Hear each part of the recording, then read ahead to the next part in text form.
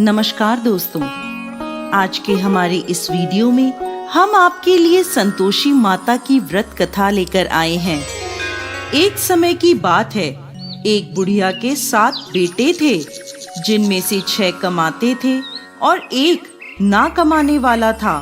वो बुढ़िया 6 बेटों को अच्छा खाना बनाकर खिलाती, पर 7वें को उन सब का बचा कुचा झूठा खाना खिलाती थी। और वो भोला भाला अपनी माँ की इस चालाकी को समझ नहीं पाता था। एक दिन वो अपनी पत्नी से बोला, मेरी माँ मुझसे बहुत प्यार करती है। तो उसकी पत्नी बोली, वो तुम्हें सबका बचा कुचा खाना खिलाती है। इस बात पर उसे विश्वास नहीं हुआ। एक दिन वो छुपकर देखता है कि माँ अपने 6 बेटों को बड़े प्यार से कई प्रकार के व्यंजन बनाकर बड़े प्रेम से खिला रही है। जब वो 6 खाना खाकर उठ गए, तब माँ ने उनकी थालियों से झूठन इकट्ठी करी और उसके लिए थाली में परोस कर रख दी। जब वो घर आया तो माँ अपने सबसे छोटे लड़के से बोली, खाना खा ले। वो बोला, माँ मैं भोजन नहीं करूँगा, मैं तो परदेश जा रहा हूँ। माँ बोली, कल जाता आज ही चला जा। वो घर से निकल गया और गौशाला में पहुंचा, जहां उसकी पत्नी गोबर के उपले थाप रही थी। अपनी पत्नी के पास गया और बोला, मैं परदेश जा रहा हूँ, कुछ समय के बाद आऊंगा। तुम संतोष से रहना और अपने धर्म का पालन करना। इस पर उसकी पत्नी बोली, स्वामी आप आनंद से जाइए, मेरी चिंता मत करें, मैं तो राम भरोसे यहाँ रह लूंगी। ईश्वर आपकी सहायता करे। अपनी कोई निशानी मुझे दे दीजिए, जिसे देखकर मैं धीरज करती रहूंगी। इस पर वो बोला, मेरे पास इस अंगूठी के सिवा कुछ भी नहीं है, तुम ये रख लो और मुझे भी अपनी कोई निशानी दे दो।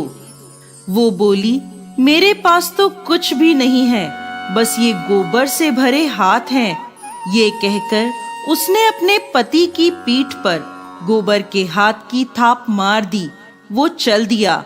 चलते चलते वो दूर किसी नगर में पहुंचा और एक व्यापारी की दुकान पर जाकर बोला, भाई मुझे नौकरी पर रख लो।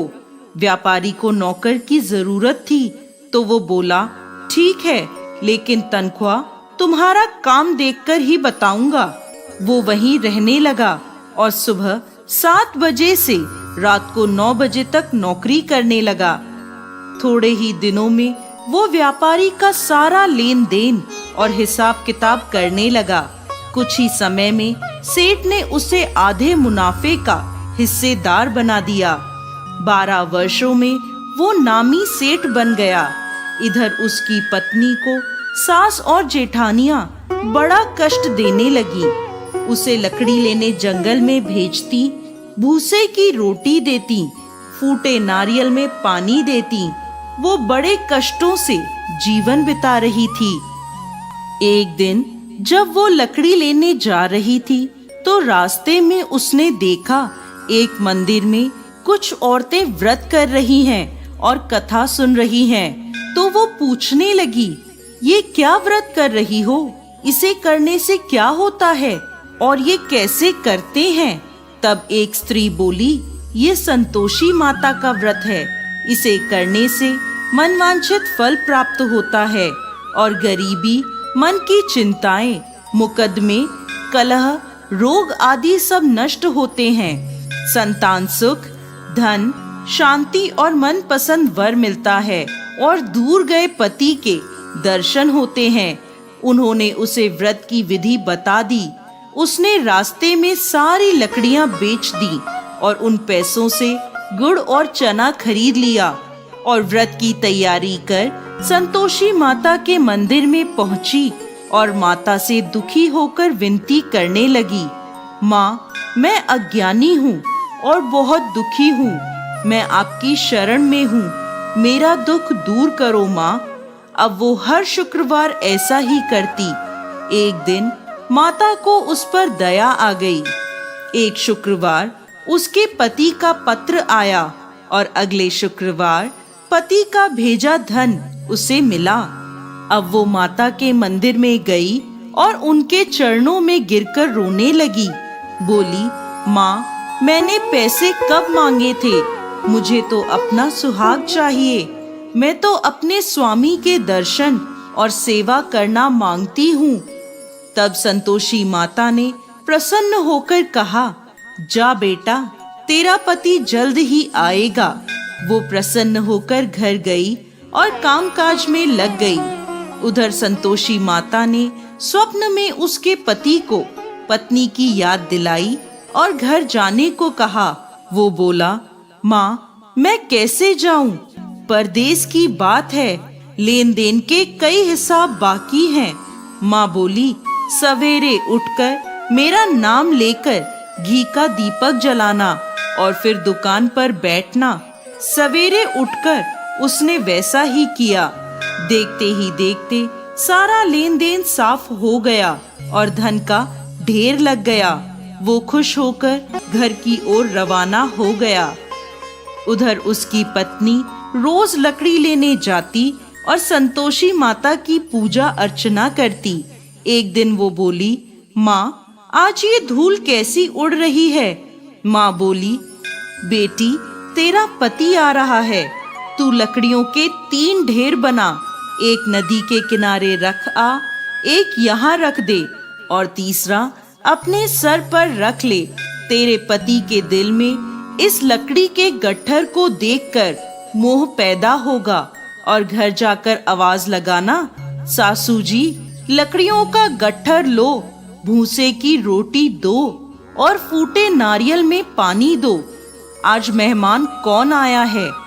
उसने वैसा ही किया। घर गई, आंगन में लकड़ियों का गट्ठर रखकर बोली, सासू जी, लकड़ियों का गट्ठर लो, भूसे की रोटी दो और फूटे नारियल में पानी दो। आज मेहमान कौन आया है? ये सुनकर सास दौड़ी दौड़ी बाहर आई और अपने कष्टों को भुलाने के लिए कहने लगी, बेटी, तेरा पति आया है। आ, मीठे भात का भोजन कर और गहने और कपड़े पहन। इतने में उसका पति बाहर आया और उसके हाथ में अपनी दी अंगूठी देखकर माँ से पूछने लगा, माँ, ये कौन है? माँ बोली, बेटा, ये तेरी बहू है। पूरे 12 बरस हो गए ये दिन भर घूमती फिरती है, कोई कामकाज भी नहीं करती। तुझे देखकर नखरे कर रही है। वो बोला, माँ, मैंने तुम्हें और इसे दोनों को देख लिया है। अब मुझे दूसरे घर की चाबियां दे दो, मैं उसमें रहूंगा। माँ बोली, ठीक है, जैसी तेरी मर्जी। और माँ ने चाबियों का गुच्छा पटक दिया। बेटे ने अपना सामान दूसरे घर में रख दिया। देखते ही देखते उनके राजा के समान ठाट बाट हो गए। अगला शुक्रवार आया। वो अपने पति से बोली, मुझे संतोषी माता के व्रत का उद्यापन करना है। वो बोला, खुशी से करो। वो तैयारियों में लग गई। उसने जेठ के लड़कों को जीमने बुलाया। पीछे से जेठानियों ने अपने बच्चों को सिखा दिया, तुम खाने के बाद खटाई मांगना, जिससे उसका उद्यापन पूरा ना हो। लड़कों ने जीमते ही खटाई मांगी। तब वो बोली, नहीं नहीं, खटाई मैं नहीं दे सकती, ये संतोषी माता का प्रसाद है। लड़के बोले, तो फिर पैसे दे दो। भोली भाली समझ नहीं सकी और उन्हें पैसे दे दिए। वो उन पैसों से खटाई लेकर खाने लगे। इस पर संतोषी माता क्रोधित हो गईं। राजा के दूत उसके पति को पकड़कर ले गए। वो बेचारी रोती हुई माता के मंदिर में गई और बोली, माता, ये क्या किया? माता बोली, पुत्री, मुझे दुख है कि तुमने अभिमान करके मेरा व्रत तोड़ा है और इतनी जल्दी सब भूल गई। वो बोली, माता, मैंने तो कुछ गलत नहीं किया। मैंने भूल से लड़कों को पैसे दे दिए। मुझे क्षमा करो, मैं दोबारा तुम्हारा उद्यापन करूंगी। माता बोली, जा, तेरा पति रास्ते में आता हुआ मिलेगा। वो चली गई। रास्ते में उसे उसका पति आता हुआ दिखा। उसके पूछने पर बोला, राजा ने मुझे मिलने के लिए बुलाया था। अगले शुक्रवार उसने फिर उद्यापन किया। जेठ के लड़कों को बुलाया। जेठानियों ने फिर उन्हें सिखा दिया। लड़के भोजन के पहले बोले, खटाई मिलेगी? तब वो बोली, खटाई नहीं मिलेगी। अब उसने ब्राह्मण के लड़कों को बुलाकर भोजन कराया और दक्षिणा दी। संतोषी माता उससे प्रसन्न हो गई और 9 महीने बाद उसके चंद्रमा के समान सुंदर पुत्र हुआ। वो अपने पुत्र को लेकर रोजाना मंदिर जाने लगी। एक दिन संतोषी माता ने सोचा, ये रोज यहाँ आती है, आज मैं इसके घर जाकर इसका ससुराल देखती हूँ।